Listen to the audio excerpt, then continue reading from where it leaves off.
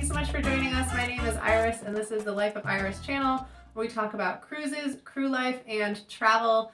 Today, we are joined by the incredibly handsome Stuart. Hello there. Stuart is a first engineering officer for a major cruise line. He has been in and around the cruise industry for the past 15 years. And most importantly, he's my husband. So, today we're going to talk about how he went from just being a handsome Scottish lad walking around the countryside looking at sheep to the sophisticated world traveler engineering officer that he is. Does that sound good? Sounds good. So if you've ever wondered what it takes to become a cruise ship engineering officer, this video is for you. Very quick disclaimer, there are different paths to become an engineering officer if you're from different countries. Some of the rules and qualifications have even changed since Stuart went up through to get his chief engineer's license. So things may have changed, but this is the particular route that he took to get where he is today. So how did you decide that you wanted to become an engineer or a ship engineer? Alright, so growing up, I was always helping my dad working on various different things, whether it's the lawnmower or the next door neighbour. He owned a bus company. I would help him work on his various different buses and equipment. So I was always a bit more mechanically minded than either of my brothers. Either of your brothers? Yes, so I've got two brothers, and both of them are also with the Merchant Navy, but they're on the deck side of things, the navigation side. Oh, okay. So they're the ones that drive the ship.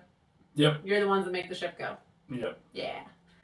All right. For those of you that don't know, there's kind of a long-standing, not feud, but how would you describe the relationship between deckies and engineers? Like, it's kind of like a rivalry between sports teams almost, like friendly banter kind of.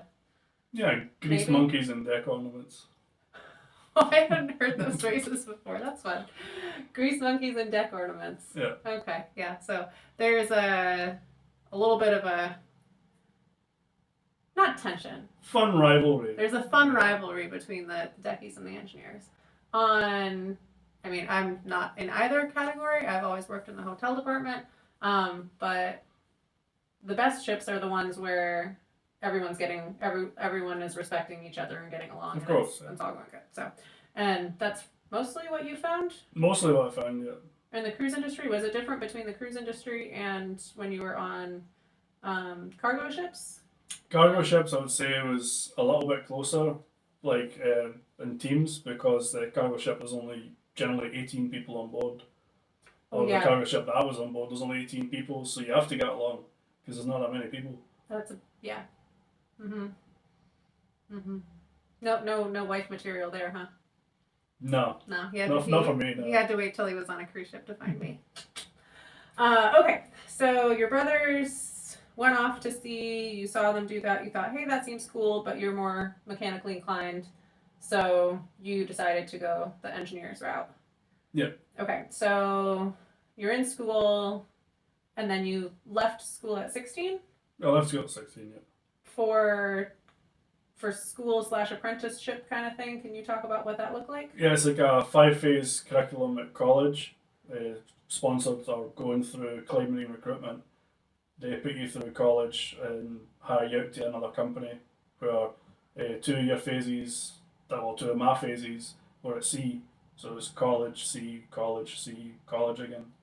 Okay, and how long were those phases? So like the first phase when you were in college, so going to school, taking courses about... roughly 6 to 8 months. I think it was 6 months. Okay, and then when you went to sea, how long was that for? That was 5 or 6 months as well. Okay, and so I think you said the first time that you went to sea, you flew to Singapore? Yeah, I flew to Singapore and found myself standing in the middle of Singapore at 16-year-old, having no idea where to go or where to find some food or anything. Interesting. Yeah. Okay, so that's like throwing you right in. All right, you want to be at sea? This is what you're going to be doing. Pretty much. And so the ships that you were on for, I guess, your training through this apprenticeship, through this, the school, the curriculum that you were on, those were cargo ships. It was all bulk carriers, yeah, cargo ships. Okay. And you already said there was only 18 crew on board. 18 the one I was on, yeah. Okay. And so, all right, so you're in school, you take your courses, you learn kind of the theoretical side of it. Then you go to the ship for the next phase and put some of that knowledge to hands-on experience. Yes. So, when you were on the ship, did you have a supervisor that was helping you through your schooling? Were you still doing schooling on board, or were you just there like, okay, I'm getting 6 months work experience? Or was there like specific things that you had to try to get through? Well, when you go on board, generally meet with the chief engineer, or on the cargo ship, it was the second engineer. He's overall in charge of the engine room on the cargo ship, and he'll assign you basically a buddy who'll go through. Well, I had a task book. Okay. It's So like a training book basically okay. with various different tasks and projects and reports that I had to do about like various things, overhauling purifiers, overhauling an engine, all that kind of stuff. Okay. So through that phase, you work through that task book. What would happen if you didn't finish the task book during that phase? Are you like held back in school? Yeah, basically, yeah, you're held back. The way they hold you back is they send you away again. Oh, okay. But I've seen a couple of guys, they got a second chance, they basically got sent to another ship, and Okay. they have to do another phase at sea. Okay. And then, of course, they're no longer technically in our class because they're being held back. Right. Really. Okay. When you went to the ship, so a lot of internships are unpaid. This sounds kind of like an internship concept because you're working for a company to gain experience. In this situation, you're also working through the task book, but was it a paid internship? Did you get anything, or was it just? It was a paid internship, yeah. Okay. Well, that's at least good. That's good, yeah. I mean, it's better than nothing. It's definitely better than It's nothing. definitely Yeah, better it's, than it's nothing. good to see some money coming out the bank Yeah, account. because then also helps with, well, actually, I was going to say with schooling, but so in Scotland, higher education a lot of times is just part of living in Scotland, right? Correct, yeah. So your college courses. College courses were for free. Yeah. That's so cool. I love it so much. It's amazing. Okay, so phase 1, school. Phase 2, ship. Phase 3 was school again. Yep. For another like. Phase 3 was school. I know, as he's taking a sip of tea. So phase 3 was school again. Yes. And then phase 4 was back out at the ship. Another task book to get through? It's the same task book. They recommend you split it into different sections, and it's already split into various sections. It's like your first phase at sea, try to do this much. Obviously, try to do a little bit more than that if you can, because it's more complicated tasks are generally in your second phase at sea. So which is phase 4 overall. Gotcha. Okay, I have to ask because I've never had to join a ship like this, but I've heard when you join cargo ships, it's not, the ship's not necessarily docked alongside. None of my ships were docked alongside. Okay, so if your ship isn't on a pier and you're not taking a tender to the ship with a tender platform like you'd see on a cruise ship, how do you get on the ship? They sent me out via the pilot boat. Okay. About 5 miles off the coast where the ship was at anchor, and Okay. I had to climb up the pilot ladder all the way to the upper deck. And so, but you needed to bring luggage with you too, right? I did. I had my laptop bag and another bag on my back, and Climbing up this ladder. Climbing up this ladder, which is a rope ladder, not the sturdiest of rope ladders. And they tied another rope to my other bag. And I was recommended by the college to join in my full uniform, which of course, as soon as I get to the top of the ladder, I get told, "Why the hell are you wearing uniform?" Nice. Yeah. So that was fun. So your second time out at sea, so phase 4, did you wear your uniform to join? I did not. I wore Okay. jeans and a t-shirt. And luckily that time I was joining with another cadet. That's So good. that was good. Another Scottish guy. Well, that's good. Yeah, that was good. Okay, so then you've done 1, 2, 3, 4. You've done your time at sea that you need to for this curriculum. Then stage 5 happens, and then what happens after 5? Is it just you're done your curriculum? All right, off you go to a ship, or what's the curriculum leading towards? Is it leading towards degree in engineering science or whatever it is, or is it a license, or what's the... Is well, the college course is leaning towards your HND in mechanical engineering, which is what I've got, Okay. and it's also leaning towards your engineering officer of the watch license, which will allow you to sail as a third engineer, up to a third engineer on board a ship. Okay, so officer of the watch, what does that mean? It basically means during your 4 hours, 6 hours, 12 hours, however long the shift is, you're overall in charge of the engine room. And you're in charge of making sure everything keeps going. If anything breaks down, you need to rectify it. Basically, making sure the ship gets from A to B safely. Depending on the ship, like the cruise ship, you'll be the junior watchkeeper. Yeah. So there's a senior watchkeeper who's most likely a second engineer. He's in charge of the shift, but the third engineer is also in charge also. Okay. But he mainly assists the second engineer. Okay, so to get this officer of the watch license, is it a written test? Is it an oral test? What does this look like? For the initial officer of the watch license, it's oral test. You're basically sitting in front of for me it was the MCA examiner, who has a whole syllabus, and he can ask you any question, anything to do with anything that's on that syllabus over the course of an hour, 2 hours, however long it takes, or however long he feels he needs you to sit there for. Sounds kind of stressful. It was a little bit stressful, yeah. What's more stressful, this video or that test?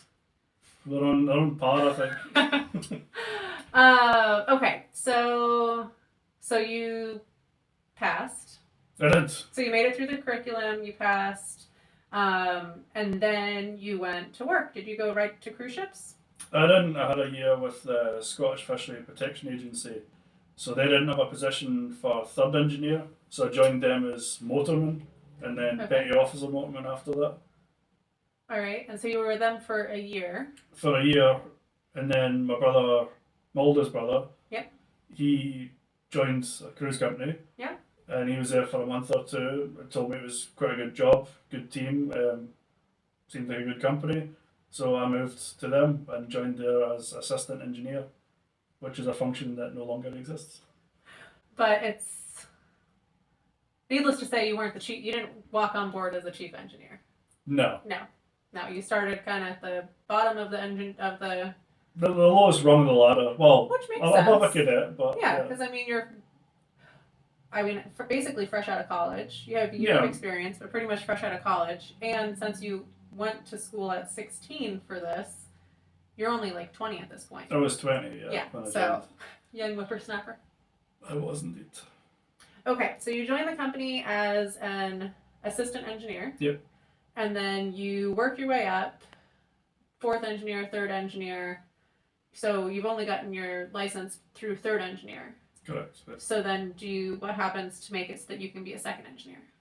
So to become a second engineer, you need to go back to college again. Woo! Yeah, more studying. So you have to go back for a 10-week course. Well, this is what I done anyway. You go back for a 10-week course, and at the end of that, you've got 2 3-hour written exams and another oral exam, which is the same again, except at a higher level. But it's another hour or 2 of stressful interview time, basically sitting in front of an MC examiner. And they can ask you just basically anything to do anything on the syllabus at all. I mean, being a ship engineer, you are working with not just the engines are massive and then insanely huge, but so you've got the engines, you've got the electrical, you've got the mechanical systems on the ship, you've got the plumbing, air conditioning, like everything that makes the ship go, as well as the legislation and certification and all the safety management system, all that stuff. Dry dock, that was a lot of the questions for second engineer. Dry dock. Okay. So there's a lot to these exams. There's a lot to these exams, yeah. And then you get your second officer license? Yeah, second engineer's officer of the watch. Okay. And so, but that only gets you up one more rank. That only gets you up to second engineer, yeah. Okay, so say you want to go to first engineer. What do you have to do next? First engineer, you need to have a chief engineer's license. And how do you get a chief engineer's license? Well, once again, you're going back to college. Back to school. Another 10-week college course, 2 more 3-hour written exams, and another oral exam where the guy will interview you as if you're a chief engineer, and he's expecting the answers to be from a chief engineer. So you passed all these things, I did. which is how he's now a first engineer. So now are you just done the schooling part? Do you have to, you're just like, woo, smooth sailing from here? I wish it was that simple. But it's not. But it's not, because there's different rules and regulations from the STCW which require me to do other courses generally every 5 years. It's firefighting, sea survival, first aid, and personal survival techniques. Okay, so what's STCW? It's the standards for training and the certification of watchkeepers. Okay, so basically, pretty much everyone that works in engine deck has to have these STCW courses. Yeah, and they also have to do these every 5 years, because Okay. then it proves that you're still physically fit to basically work as a firefighter and stuff on board also.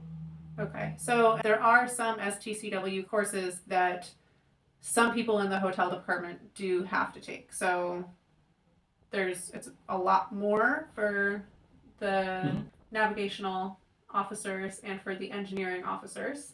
But there are some STCW courses that hotel department personnel have to take. So if you're in the hotel department and someone's like, hey, you gotta take this course, yeah, no, you probably do. It's not just for, some of them are not just for the navigational officers and the engineering officers. Correct, and as well as that, the cruise lines, most of the cruise lines also want you to do additional training every year, which most of the time lasts a week of your leave. And what are those trainings in? Like, is it like electrical or? I think it can be anything, yeah. Advanced electrical knowledge. It can be exhaust gas cleaning systems or advanced air quality cleaning systems. And because for your position, you go to a training facility, like. I do, yeah. And they have simulator. Yeah, they have a full simulator set up. So one of the ones they throw lots of different scenarios at you. Like there's a fire in the engine room, there's a flooding. Your two watchkeepers, your junior watchkeeper and your motorman start arguing with each other, and it's to see how you would resolve those conflicts or deal with that emergency situation, as well as continuing with your shift, your watch. So you don't just pass all your exams and then just get. You still got to keep going with it's stuff. It's a continuous learning curve. Yeah, so it's kind of like, I guess the closest phrase that I'm used to with that is like continuing education. Like you have to continuously, I don't know, stay up to date with things. I guess it would also help you keep up to date with changes to policies and new equipment that becomes available. That's the main reason they do it, is to keep you up to date with all the policies, various different equipment, because they're always introducing new equipment on board, new updates, new policies. Okay, so now you're first engineer. So for the company you work with, what's your next step? The next step would be staff chief engineer. And if you were to be selected for promotion for that, do you just get to have that job, or is there another step involved before that? I would wish I just had to have that job. No, once again, I need to go to the training facility where they'll throw lots of different scenarios at you again over the course of a week, and then sit in front of a board of 3 chief engineers who will ask you various different questions. And why are they doing this? It's a cruise ship. Like, shouldn't everyone just be there to have fun? Fun's part of the job, but the most important part of the job is safety, the passengers' safety. So it's to make sure someone goes into that position that's qualified and is going to keep the ship safe and the passengers safe. All right, so you sit the review panel and get to staff chief, and then eventually chief after that, and then that's your career? Yeah, between staff chief and chief, you have the same again. You've got the review panel again. You've got the week of course where they're going to throw scenarios at you. So they really want to make sure you're ready for it before you get there. Yeah. That's probably a good thing. I would say it's a good thing. I think that's probably a good thing. So I meant to ask this while we were talking about moving up the ranks, but you go to school, do the 5-stage curriculum, then you get your officer of the watch license, then you go to work on a ship.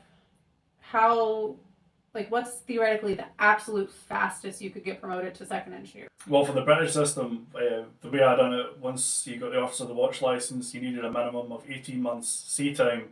So that's 18 months at sea, not being 18 months between exams. Oh, okay. And that's time at sea. And I don't know anyone that just goes to sea for 18 months straight. No, most fourth or third engineers are 4 months on, 2 months off. Okay, so it's 4 months on, 2 months off. That'd be 8 months in a year. So you're looking at most likely at least like what, 2.5 years at the very minimum before you're even eligible to go back to school to then get ready to take those tests. Correct, because they want you to have a certain amount of hands-on knowledge, hands-on experience, Right. knowledge. They don't want you just to bum. Yeah, they don't.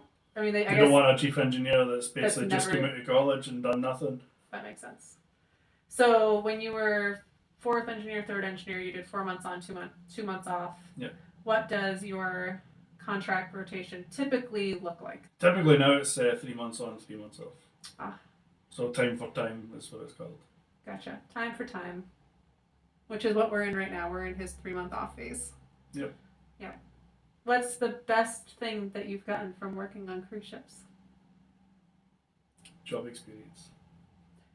And a wife. And a wife. You're such a brat. Well, Stuart, my very handsome husband, is there anything you'd like to add about, whether it's your experience on cargo ships or with the fisheries protection or working at sea on a cruise ship?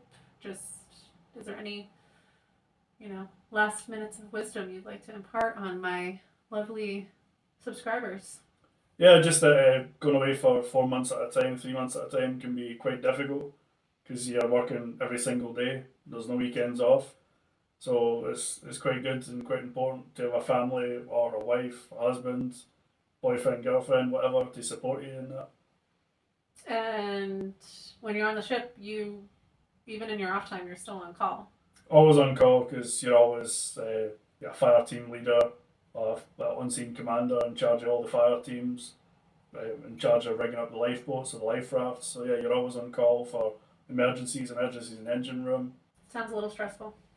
It can be, but that's what the 3 months off is for. That's to recover. The 3 months off is to recoup a little bit. Well, thank you so much for doing this. Well, thank you for interviewing me. I appreciate it very much. If you like this video, please hit like and subscribe. If you have any questions for me or for Stuart, please leave them in the comment section. I do know where he lives, so I can get him to answer questions as needed. And hope you all have a wonderful day. Thanks so much for joining us. Bye. Bye.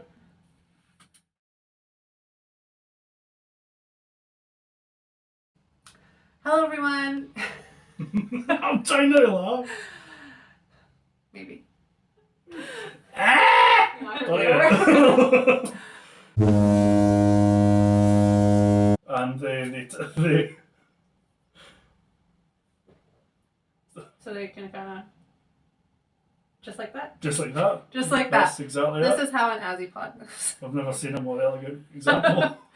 Huzzah. Huzzah. Okay.